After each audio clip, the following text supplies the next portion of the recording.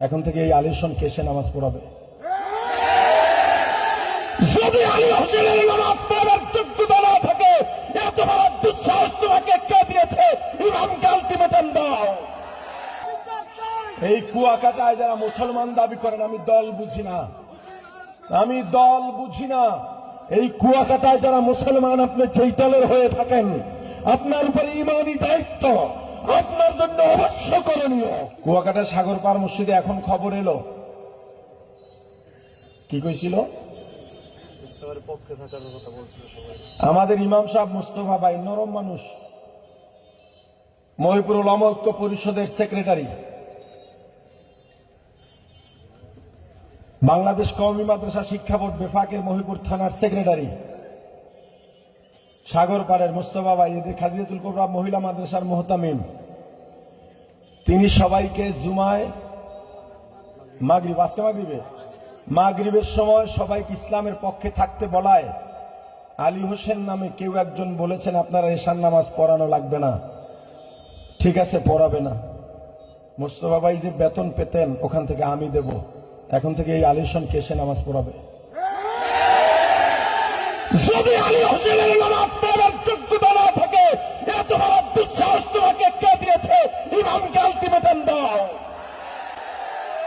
এই আলী হোসেনকে ক্ষমা চাইতে হবে, না হয় নামাজ পড়াতে হবে। এই দুর্গতির বাইরে নয়। আমরা দেশ কারো কাছে বিক্রি করে দিই নয়, আমরা এই দেশের ভাড়াটিয়া নই, আমরা এই দেশে বেঁচে আছি নই। আমাদের উপরে অত্যাচার করা হবে, আমাদেরকে নির্যাতন করা হবে, মুখ পুঁতে সহ্য করা হবে না। এই কুয়াকাটায় যারা মুসলমান দাবি করেন, আমি দল বুঝি না, আমি দল বুঝি না।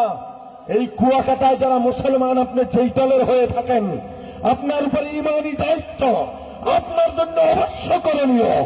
যে ইমামকে বলেছে এশা পড়াতে হবে না, ইসলামের পক্ষে থাকার কারণে দৃষ্টান্তমূলক তার শাস্তি হতে হবে।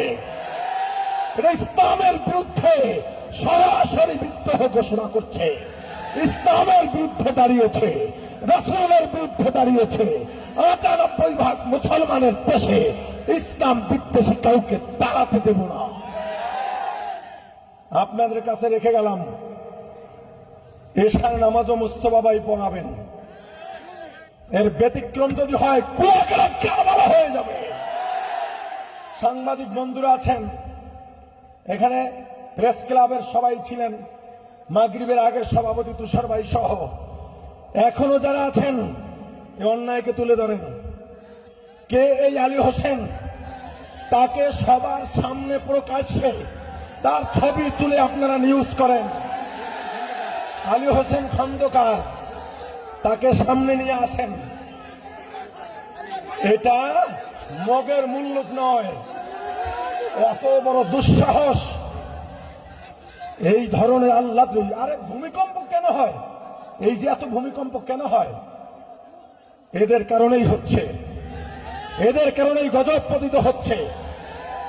আল্লাহ বোঝার তৌফিক দান করেন।